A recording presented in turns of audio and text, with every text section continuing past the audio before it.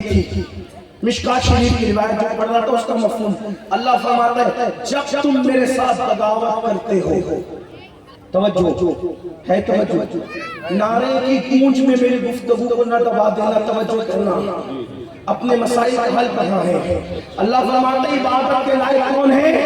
صرف اللہ، صرف اللہ۔ اسی لیے ہمارے مذہب و مسلک میں نہ پیر کو سجدہ جائز ہے، نہ مزارات کو سجدہ جائز ہے، نہ ماں باپ کو سجدہ جائز ہے، اللہ کے سوا ہمارے یہاں کسی کو سجدہ جائز نہیں ہے۔ جو سجدہ کرواتا ہے وہ اس ہدایت کے لیے کہ اس کو سلام کیا جا سکے، اس لیے کہ سجدے کا حق صرف اللہ کو ہے اور اللہ ہی کو سجدہ ہے۔ اگر کوئی سجدہ عبادت کروائے تو وہ خود بھی مشرک ہے، کرنے والا بھی مشرک ہے، لیکن اگر کوئی تعظیم کا سجدہ کرائے تو کم سے کم وہ حرام کا مرتکب ہے اور وہ فاسق ہے۔ اس لیے ایسے لوگوں سے بھی ہوشیار رہنا، اور آپ سے بھی کہتا ہوں مزارات پر جاؤ تو دو ہاتھ دور کے فاصلے پر جا کے کھڑے رہو، وہاں سجدے نہ کیا کرو، سجدے کی جگہ نہیں۔ ارے نادان، جہاں سجدے کرنا جانا، سجدے کے لیے جانا ہے وہ مسجدیں تو ویران پڑی ہے، جہاں سجدہ کرنا چاہیے ان مسجدوں کو ویران کر دیا، اور جہاں سجدہ کرنا حرام ہے وہاں جا کر سجدے کرتے ہو۔ اس کا مطلب کہیں نہ کہیں تم بھی بگڑ رہے ہو۔ یاد رکھو محبت کی جگہ ولیوں کی آستانے ہیں، پھول ڈالنے کی جگہ ولیوں کی آستانے ہیں، چادر چڑھانے کی جگہ ولیوں کی آستانے ہیں، اور سجود نیاز اٹھانے کے لیے میرے اللہ کا گھر مسجدیں ہیں۔ اس لیے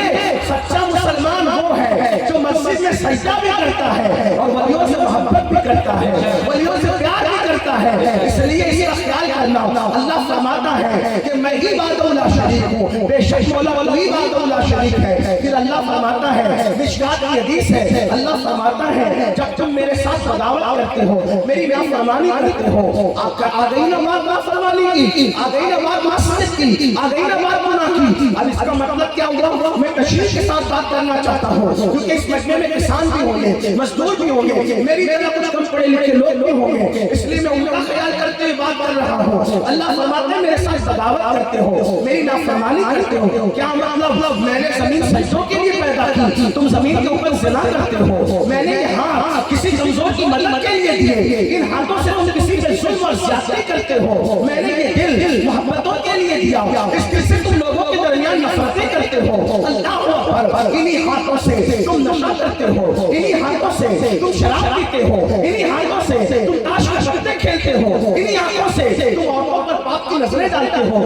یعنی اللہ کی نافرمانی کرتے ہو، اللہ سے بغاوت کرتے ہو، اللہ کی نافرمانی کر کے اس کے فرمان کو پیٹ کے پیچھے ڈالتے ہو، تو اللہ فرماتا ہے پھر میں تم سے ناراض ہو جاتا ہوں۔ توجہ کرنا، اللہ فرماتا ہے پھر میں تم سے ناراض ہو جاتا ہوں۔ نماز نہ پڑھنے والوں، اللہ فرماتا ہے میں تم سے ناراض ہو جاتا ہوں۔ اتنا ناراض ہوتا ہے اللہ فرماتا ہے جو جان بوجھ کر نماز کر دے، میں اس سے رحمت کی چادر ہٹا لیتا ہوں، اس سے رحمت کی چادر اٹھا لیتا ہوں۔ اللہ اکبر، رحمت کے متلاشیوں، اللہ فرما رہا ہے جب نماز نہ پڑھو گے تو چادر رحمت ہٹا لی جائے گی۔ اللہ اکبر، اللہ کے رسول فرما رہے ہیں کہ جس نے جان بوجھ کر نماز چھوڑ دی، جس نے جان بوجھ کے نماز ترک کر دی، قیامت کے دن اس کے ساتھ میرا کوئی وعدہ نہیں ہے۔ آپ سے پوچھنا چاہتا ہوں غلام یہ رسول میں موت بھی قبول ہے کی بات کرنے والوں، ہم موت قبول کرنے کی بات کرتے ہیں، چند منٹ سجدے کے لیے نہیں نکال سکتے، چند منٹ عبادت کے لیے نہیں نکال سکتے، تو اللہ فرماتا ہے جب تم میری نافرمانی کرتے ہو۔ خواتین کی توجہ، خواتین کیسے نافرمانی کرتی ہے؟ مثال کے طور پر بڑے بالوں کی نمائش کر رہی ہے، میری بہنوں کو بڑے بال بڑے خوبصورت لگتے ہیں، اس لیے آج کل کی میری مائیں اور بہنیں وہ برا نہ مانے، میں ان کا چھوٹا بھائی، ان کا خادم، اور اگر عمر میں چھوٹی ہے تو ان کا بڑا بھائی۔ اللہ اکبر، بال اللہ نے بڑے دیے تو بالوں کی نمائش کرتی ہے، ولیمے میں چلی تو بال کھول کر کے چلی، دوپٹوں کو مفلر بنا لیا، اور صرف کیا سننے کے لیے تاکہ کوئی میری سہیلی کہہ دے ارے بال اتنے بڑے ہیں، تیرے بال اتنے خوبصورت ہیں، تو فلاں ہیروئن کی طرح لگ رہی ہے۔ صرف یہ دو جھوٹے جملے سننے کے لیے وہ اپنے بالوں کی نمائش کرتی ہے، وہ اپنے گلے میں دوپٹے کو مفلر کی طرح لٹکاتی ہے، اور کبھی کبھی اتنے باریک اور پتلے لباس پہنتی ہے کہ پتلے اور باریک لباس پر اس کا جسم نظر آتا ہے، جسم کے حسن کی جو ہے وہ جھلکیاں نظر آتی ہے۔ اللہ اور اتنا تنگ اور چست پہنتی ہے کہ ان کے جسم کا نشیب و فراز نظر آتا ہے۔ ایسی عورتوں کے لیے اللہ کے رسول نے آج سے 1450 سال پہلے فرمایا تھا کہ ایسی عورتیں کپڑا پہن کر بھی ننگی رہنے والی عورتیں ہیں، اور ان عورتوں کو قیامت کے دن جہنم کی آگ کی کھوٹی سے الٹا لٹکایا جائے گا۔ دو جھوٹے جملوں کو سننے کے لیے جہنم کا عذاب مول لینے والی میری بہن، تو مردوں سے بھی زیادہ کمزور ہے میری بہن۔ اگر تجھے کوئی ڈانٹ دے تو تیرے آنسو نکل پڑتے میری بہن، جب تو اپنے بھائی باپ شوہر اور کسی کی ڈانٹ نہیں سن پاتی میری بہن، تو جب تجھے اللہ کی جہنم میں اوندے منہ لٹکایا جائے گا، ان لمبے بالوں سے تجھے جہنم کی کھوٹی پر لٹکایا جائے گا، اس وقت تیرا کیا بنے گا؟ یہ مت سمجھنا کہ میں آپ کو ڈرانے کے لیے ایسی ہوائی فائرنگ کر رہا ہوں۔ اٹھا کر دیکھو ابن جوزی کو انہوں نے لکھا، حدیث لکھا، اٹھا کر دیکھو امام غزالی کو انہوں نے حدیث لکھا۔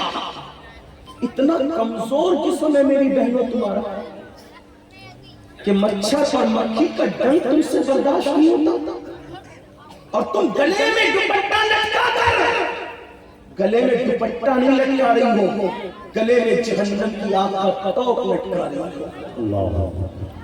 مت میں جاؤ جہنم کی طرف اپنی آپ کو، تم تو دو ہو، تم کبھی رابعہ بصری کی صورت میں دیکھی گئی، تم کبھی نفیسہ مصری کی صورت میں دیکھی گئی۔ لوگ کہتے ہیں عورتیں ایسی عورتیں ویسی، میں نے کہا نہ میرا مذہب اجازت دیتا عورتوں کی برائی کرنے کی، نہ میرا مسلک اجازت دیتا ہے، کیونکہ میرے مذہب میں عورت جو کسی کے ساتھ بھاگ جائے وہ عورت نہیں، جس کو کوئی اٹھا کر لے کر کے چلا جائے اور چھپا کر کے کسی جزیرے میں رکھ دے، میرے مذہب میں وہ عورت نہیں۔ میرے مذہب میں عورت سیدہ فاطمہ کا نام ہے، جس کے دوپٹے کو کبھی چاند و سورج نے نہیں دیکھا۔ میرے امام کہتے ہیں جس کا آنچل نہ دیکھا مہو مہر ہے، جس کا آنچل نہ دیکھا مہو مہر ہے، اس رضائے نزاہا علیہ السلام۔ ہمارے مذہب میں عورت بہت بلند ہے، ہمارے مذہب میں عورت سیدہ زینب کو کہا جاتا ہے، وہ زینب جس نے جب دربار یزید میں خطبہ دیا، تو آج بھی یزید کے دربار کی ترقیات زینب کے خطبے سے حیبت سزا ہے، اور کہنے والا کہہ رہا ہے دربار میں بولی بھی تو لہجے علی کے، دربار میں بولی بھی تو لہجے علی کے، زینب نے کسی حال میں پردہ نہیں چھوڑا۔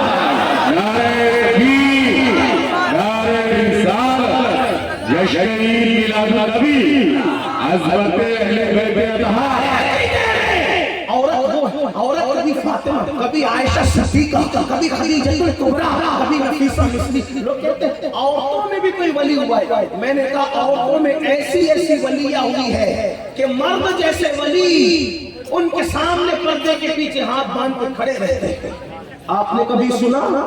ایک نام پیش کرتا حضرت امام شافعی، محمد بن ادریس شافعی کا نام سنا نا؟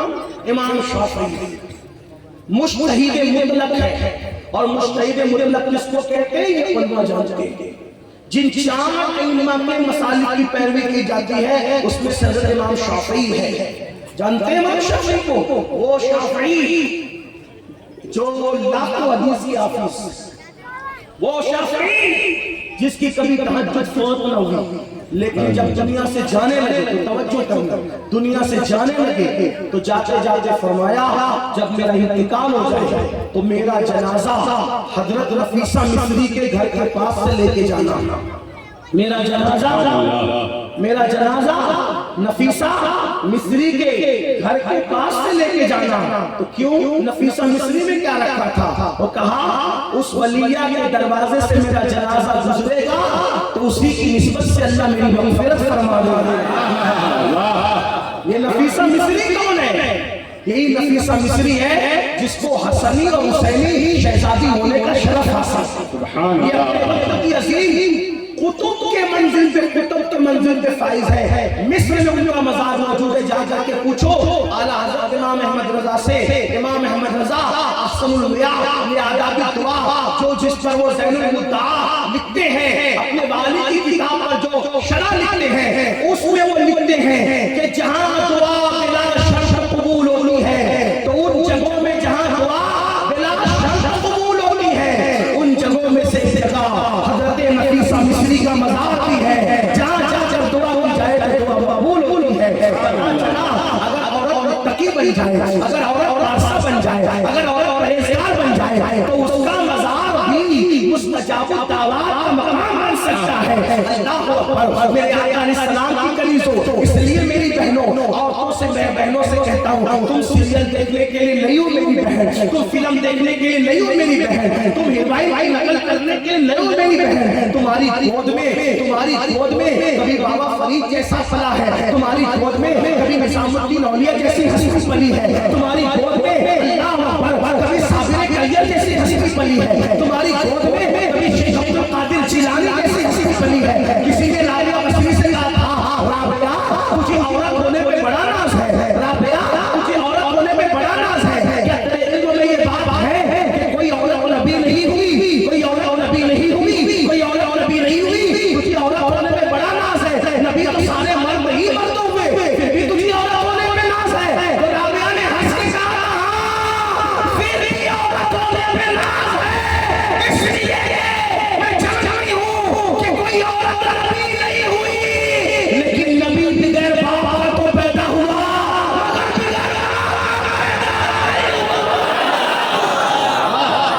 سوائے حضرت آدم علیہ السلام کا تو پہلے انسان ہے. آپ اندازہ فرمائے ہر نبی ماں کی گود میں پلا ہے. میرے نبی ماں کی گود میں پلے, حضرت عیسیٰ ماں کی گود میں پلے, حضرت موسیٰ ماں کی گود میں پلے, داؤد ماں کی گود میں پلے, ایوب ماں کی گود میں پلے, ذوالکفل ماں کی گود میں پلے, عزیز ماں کی گود میں پلے. پتہ چلا ماں کی گود کا تقدس کتنا ہے. کسی انگریز مفکر نے کہا تھا تم مجھے اچھی مائیں دے دو میں تمہیں اچھی قوم دے دوں گا. جانیے یہ اصلاح معاشرے کی جلسے کی ضرورت نہ پڑتی میری بہن. اگر تمہاری گود میں تقدس ہو جائے, اگر تمہاری گود میں پرہیزگاری آ جائے. لوگ ماں کی گود اسی لیے بگاڑنا چاہتے ہیں کہ جب گود بگڑے گی تو پھر اچھی قوم پیدا نہیں ہوگی. مقرر کی بولتے بولتے آواز نہ بیٹھے بلکہ بیچارہ بولتے بولتے مر بھی جائے. قوم سدھرنا نہیں ہے جب تک ماں کی گود نہیں سدھرنا ہے. کسی شاعر نے کہا تھا آج بھی ہو سکتا ہے عیسیٰ سا بیٹا پیدا, لیکن میں اس میں ترمیم کے ساتھ کہتا ہوں عیسیٰ سا بیٹا آج بھی پیدا نہیں ہو سکتا, لیکن ترمیم کرتے ہوئے کہتا ہوں آج بھی ہو سکتا ہے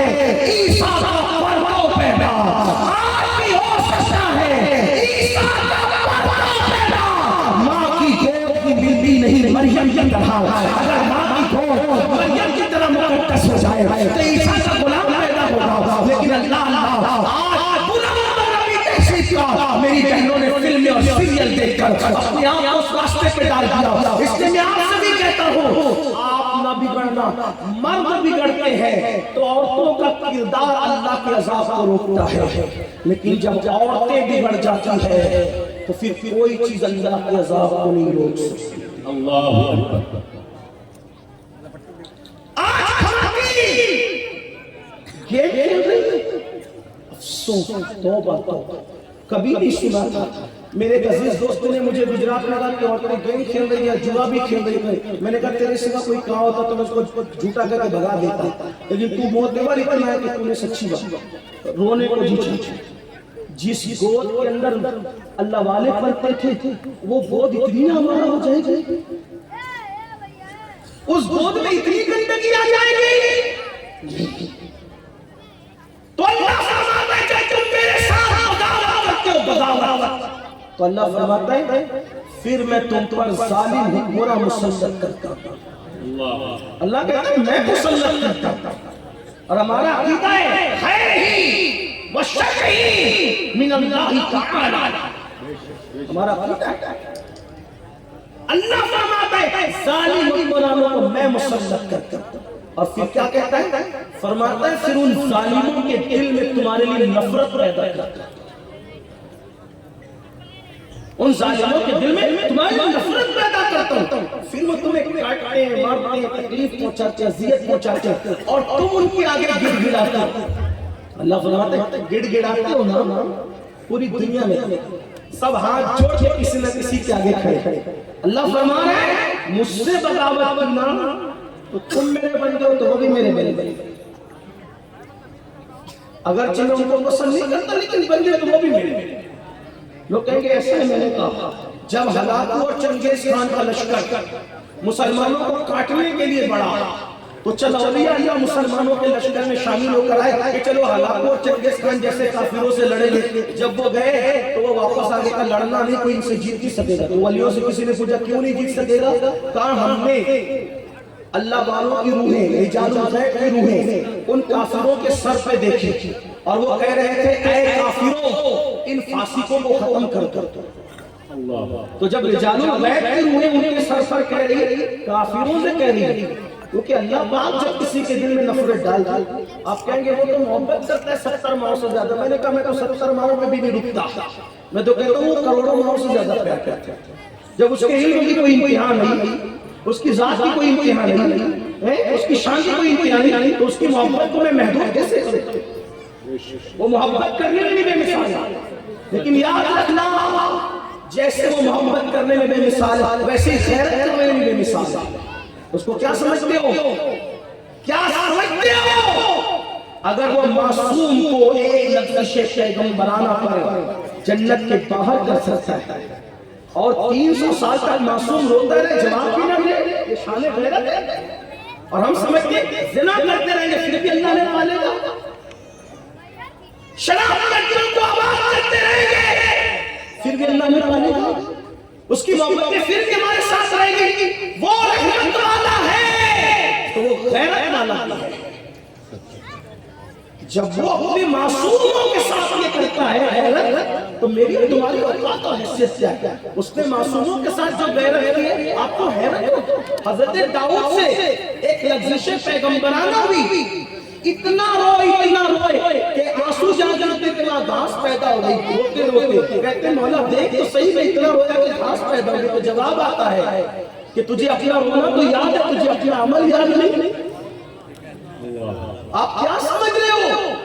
اللہ محبت بھی کرتا ہے، وہ غیرت بھی کرتا ہے، اس لیے اللہ کا بندو کان کھول کے سن لو۔ اللہ فرماتا ہے پھر میں ان کے دل میں تمہارے لیے نفرت پیدا کرتا ہوں، وہ تمہیں ستاتے ہیں، مارتے ہیں، تکلیف اور تم ان کے سامنے گڑ گڑاتے۔ پھر اللہ فرماتا ہے حدیث قدسی ان کے سامنے گڑ گڑانے سے کچھ نہیں ہوگا، گڑ گڑا لو سب کے سامنے۔ چاٹ میں جوتیاں سب کی، چاٹ میں تلوے سب کے، چوکٹ پر کسی کے بھی پڑ جاؤ، اللہ نے کہا کام نہیں ہو سکتا تو نہیں ہو سکتا۔ مشکات اٹھا کے دیکھ لیا، مشہور کتابیں انٹرنیٹ پہ جا کے آپ کو مل جائیں گے۔ اللہ فرماتا ہے وہ تمہیں تکلیف پہنچائیں گے، ان کے پاس گڑ گڑانے سے کام نہیں بنے گا۔ تو اللہ پھر فرماتا ہے کام کیسے بنے گا؟ فرمایا ان کے پاس نہ گڑ گڑاؤ، توبہ کرو اور میری بارگاہ میں گڑ گڑاؤ، میں تمہارے حالات کو تبدیل کر دوں۔ اب اپنے مسائل کا حل پتہ چلا، مسائل کا حل کیا؟ گفتگو سمیٹ لو، توجہ کرنا۔ مسائل کا حل کیا ہے؟ توبہ۔ کس نے کیا کیا وہ اچھی طرح جانتا ہے، کس نے کتنا بڑا جرم کیا وہ اچھی طرح جانتا ہے، کس کی راتیں کیسے گزرتی وہ اچھی طرح جانتا ہے، کون تاش کے پتے کھیلتے وہ اچھی طرح جانتا ہے، کون عورتوں کے ساتھ بدی کرتا ہے وہ اچھی طرح جانتا ہے، کون مردوں کے ساتھ بدی کرتا ہے وہ اچھی طرح جانتا ہے، کسی کو بتانے کی ضرورت نہیں، کون نرم نرم گھنٹوں پہ لیٹ کر گندی فلمیں دیکھتا ہے وہ اچھی طرح جانتا ہے، انسان اپنے آپ کو اچھی طرح جانتا ہے۔ اقبال نے کہا تھا اپنے من میں ڈوب کر تاجا سراغ زندگی، اپنے من میں ڈوب کر تاجا سراغ زندگی، تو اگر میرا نہیں بنتا نہ بن، اپنا تو بن۔ اگر اپنے مسائل کا حل چاہتے ہو، کتنا آسان ہے، دو جملوں میں کتنا آسان ہے، اپنے مسائل کا حل چاہتے ہو ایک کام کرو، توبہ کرو، اللہ کو منا لو، گڑ گڑا لو اللہ کی بارگاہ میں۔ ارے بات آپ کو بتاؤں میرے بھائیوں اور میری بہنوں، سب کو منانا مشکل ہے، سب سے آسان رب کو منانا ہے۔ اللہ بہت پیار کرتا ہے بندوں سے، اس کو مناؤ تو آنسوؤں کی سوگات پیش کرو، وہ راضی ہو جائے گا، توبہ کرو وہ راضی ہو جائے گا۔ ارے شب برات اسی لیے تو آتی ہے، شب قدر اسی لیے تو آتی ہے، رمضان المبارک کی پیاری پیاری راتیں اسی لیے ہے تاکہ کوئی گڑگڑا لے، بلکہ شب برات اور شب قدر کی بات تو اپنی جگہ، میرا اللہ تو ابو داؤد شریف کی حدیث ہے، میرا اللہ تو ہر رات کے آخری حصے میں اپنی شان کے مطابق پہلے آسمان میں تجلی کرتا ہے اور پکار اور اس کی رحمتیں کہتی ہے، کون ہے میرا بندہ جو مجھ سے مغفرت کا سوال کرے تاکہ میں اس کے گناہوں کو معاف کر دوں۔ اللہ کی رحمتیں پکار کے کہتی ہے، کون ہے روزی کا طلب کرنے والا تاکہ میں اس کو روزی عطا کروں، کون ہے اپنے مسائل کا حل طلب کرنے والا تاکہ میں اس کے مسائل کا حل عطا کروں۔ میں آپ سے پوچھنا چاہتا ہوں، سب کے دروازوں پہ گڑگڑانے والوں، سب کے دروازوں پر دستک دینے والوں، آؤ نا ذرا اپنے اللہ سے صلح کریں، اپنے اللہ کو منائیں، اپنے اللہ کو راضی کریں، کر لیں گناہوں سے توبہ۔ ابھی آپ نے ہمارے برادر عزیز رکن مجلس شورا مولانا خالد رضوی صاحب سے سنا کہ 2 دن کے بعد شب برات آ رہی ہے، آؤ اپنے اللہ کو مناؤ۔ ہر رات میں رات کے آخری حصے میں تجلی ہوئی ہے، لیکن شب برات میں سر شام ہی سے تجلی کی جاتی ہے، یعنی سورج غروب ہوتا ہے اور تجلی کی جاتی ہے، کہا جاتا ہے مانگو کیا مانگتے ہو، مانگو کیا مانگتے ہو۔ مسلمانوں اتنے غافل ہو گئے، اللہ کی رحمتیں پکار پکار کے کہہ رہی ہے توبہ کر لو، معافی مانگ لو تاکہ معاف کیا جائے، تمہارے مسائل کا حل پیش کیا جائے۔ اللہ اکبر، ہم سب کے پاس بھی گرانا چاہتے ہیں، رب کے پاس بھی گرانا نہیں چاہتے۔ آئیے آپ کو بتاؤں میرا اللہ کیسا کریم ہے۔ اللہ سے زیادہ، جملے پہ غور کرو، اللہ سے زیادہ ہم سے کوئی محبت نہیں کرتا۔ توجہ آپ کی، اللہ سے زیادہ کوئی ہم سے محبت، سب سے زیادہ کون محبت کرتا ہے؟ لیکن یہ بھی مت بھولنا کہ وہ غیرت بھی اتنی کرتا ہے۔ فقی ابو اللہ سمرقندی اپنی کتاب میں ایک روایت لکھتے ہیں جس کو اپنے الفاظ کے جامع میں پیش کرتا ہوں۔ توجہ، اللہ کے رسول علیہ السلام نے مہاجر اور انصار میں اپنے مواقعات قائم کیے، ایک کو ایک کا بھائی بنایا، ایک کا بھائی بنایا، ایک کا آپ نے سنا ہوگا مشہور بات، ایک جوان اور ایک صحابی کا بھائی بنایا۔ جنگ تبوک میں سب صحابہ چلے، اس صحابی نے اس جوان کو کہا میں جنگ میں جا رہا ہوں تبوک میں، تم نے یہی رہنا، تم نے نہیں آنا، تم نے یہی رہنا۔ انہوں نے کہا ٹھیک ہے، میں تمہارے گھر کی دیکھ ریکھ کروں گا۔ فقی لکھتے ہیں، علماء جانتے ہیں کہ فقی کتنے بڑے فقی ہیں۔ فقہ حنفی کی تاریخ جب مرتب ہوگی تو جس طریقے سے کھانے میں نمک کے بغیر کھانا مکمل نہیں ہوتا، فقی ابو اللیث کے بغیر فقہ حنفی کی تاریخ اور اس کی تاریخ مرتب نہیں ہو سکتی۔ اتنے بڑے فقی فقی لکھتے ہیں کہ اس جوان نے کہا میں تمہارے گھر کی دیکھ ریکھ کروں گا۔ وہ جنگ تبوک میں چلے گئے۔ اب دھیان سے سننا، رسول اللہ کی غیرت، صحابہ کی غیرت، اللہ کی رحمت، دھیان سے سننا۔ اپنے مسائل کا حل اپنے پاس، بڑی معذرت کے ساتھ تعویذات کے نقوش اپنے مسائل کا حل، جب تک گناہ نہیں چھوڑو گے گرد و وظائف لوح قرآنی کا دیکھنا اپنے مسائل کا حل نہیں۔ یہ یاد، صرف جلسوں میں آنا رونا دھونا بھی مسائل کا حل نہیں ہے جب تک گناہ نہ چھوڑو۔ دیکھو پہلے گناہ چھوڑنا، اللہ کی طرف جانا ہے تو پہلے گناہ سے ہجرت کرنی۔ مثال کے طور پہ یہاں بیٹھے اور گھر جانا ہے تو یہ جگہ چھوڑنی پڑے گی۔ بولو بھائی، کوئی سوچے کہ میں یہاں بھی بیٹھوں وہاں بھی چلا جاؤں، یہ ممکن نہیں۔ تو کہیں جانا ہے تو کسی کو چھوڑنا تو پڑے گا۔ گھر چھوڑ کے جلسے میں آئے تو اسی طرح جلسہ چھوڑ کے کہیں تو جانا پڑے گا۔ تو اگر اللہ کی طرف جانا ہے تو گناہ تو چھوڑنا پڑے گا۔ یہ کیسے ہو سکتا ہے کہ کوئی گنہگار بھی رہے اللہ والا بھی؟ ایسا نہیں ہو سکتا، نہیں ہو سکتا۔ گندی فلمیں بھی رات کو دیکھو اور صبح اٹھ کے اللہ والے بھی بنو، یہ نہیں ہے۔ رند کے رند رہے ہاتھ سے جنت میں، یہ نہیں ہے۔ آدھا پیتر آدھا بٹیر نہیں ہو سکتا میرے بھائی۔ جب تک گناہ گار رہو گے شیطان کے ہاتھ کی کٹکٹی بنی رہو گے۔ جب تک گناہ سے ہجرت نہیں کرو گے، جب تک گناہ سے باہر نہیں نکلو گے، جب تک گناہ کو جو ہے وہ لعنت کر کے گناہ کرو گے، اس وقت تک کہ اللہ کا کوئی چیز نہیں ہو سکتا۔